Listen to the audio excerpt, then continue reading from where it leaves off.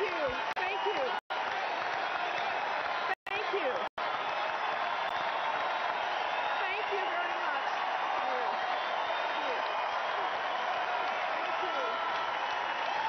Thank you. Thank you. Thank you very much. Thank you. Thank you. Thank you.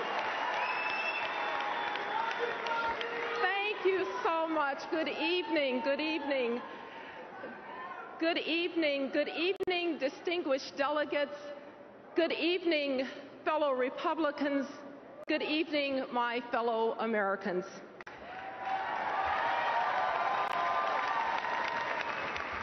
We gather here at a time of significance and challenge. This young century has been a difficult one. I can remember as if it were yesterday when my young assistant came into my office at the White House to say that a plane had hit the World Trade Center, and then a second plane, and then a third plane, the Pentagon. And later we would learn that a plane had crashed into a field in Pennsylvania, driven into the ground by brave souls who died so that others might live.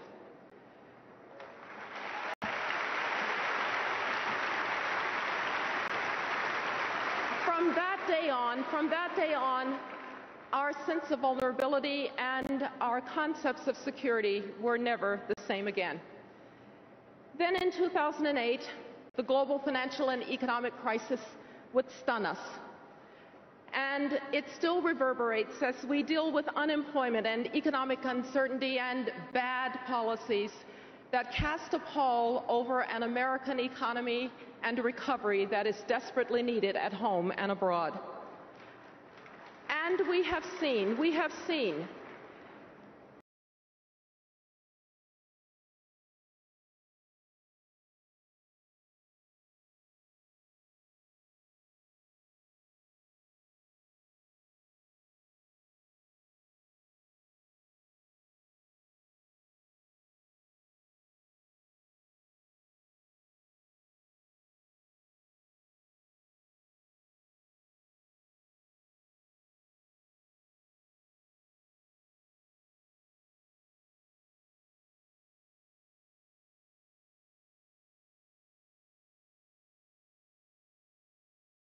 where does America stand? You see, when friends or foes alike don't know the answer to that question unambiguously and clearly, the world is likely to be a more dangerous and chaotic place. Since World War II, the United States has had an answer to that question. We stand for free peoples and free markets. We will defend and support them.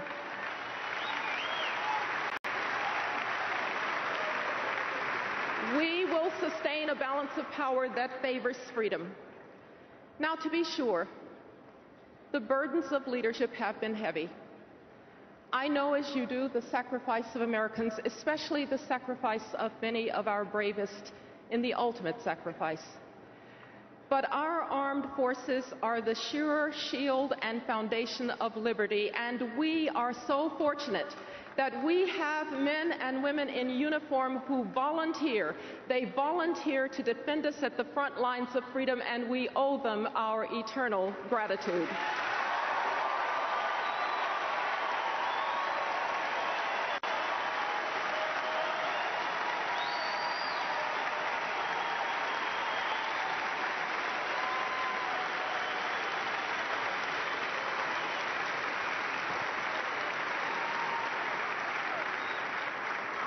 Too, that it has not always been easy, though it has been rewarding, to speak for those who would otherwise not have a voice. The religious dissident in China, the democracy advocate in Venezuela, the political prisoner in Iran. It has been hard to muster the resources to support fledgling democracies and to intervene on behalf of the most desperate. The AIDS orphan in Uganda, the refugee fleeing Zimbabwe, the young woman who has been trafficked into the sex trade in Southeast Asia. It has been hard. Yet this assistance, together with the compassionate work of private charities, people of conscience and people of faith, has shown the soul of our country. And I know too, that there is a weariness. I know that it feels as if we have carried these burdens long enough. But we can only know that there is no choice, because one of two things will happen if we don't lead. Either no one will lead and there will be chaos, or someone will fill the vacuum who does not share our values. My fellow Americans, we do not have a choice. We cannot be reluctant to lead, and you cannot lead from behind.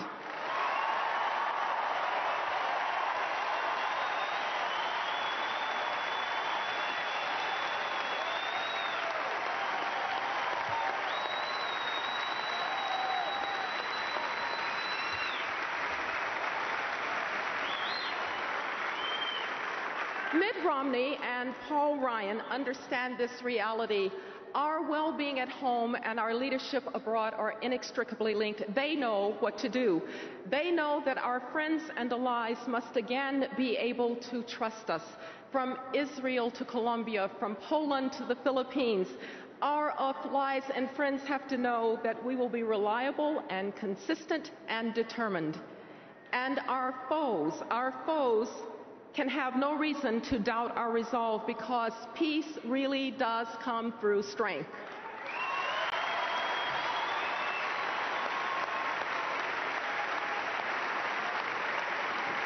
Our military capability and our technological advantage will be safe in Mitt Romney's hands. We must work for an open global economy and pursue free and fair trade to grow our exports and our influence abroad. If you are worried about the rise of China, just consider this. The United States has ratified only 3 trade agreements in the last few years, and those were negotiated in the Bush administration. China has signed 15 free trade agreements and is in the progress of negotiating as many as 18 more. Sadly, we are abandoning the field of free and fair trade, and it will come back to haunt us.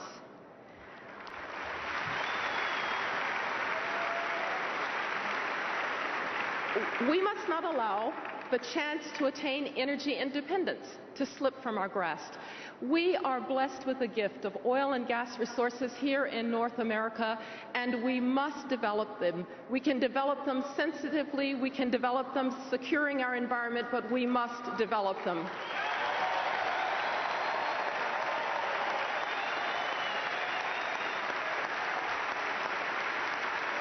And we have the ingenuity to develop alternative sources of energy too. But most importantly, Mitt Romney and Paul Ryan will rebuild the foundation of our strength, the American economy, stimulating private sector growth and stimulating small business entrepreneurship.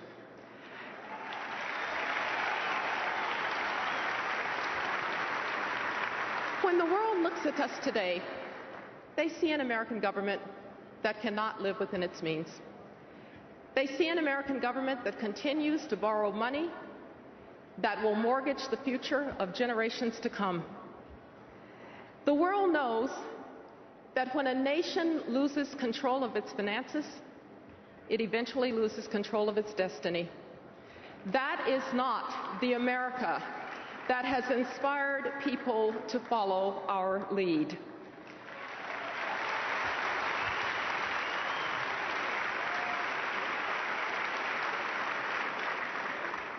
After all, when the world looks to America, they look to us because we are the most successful economic and political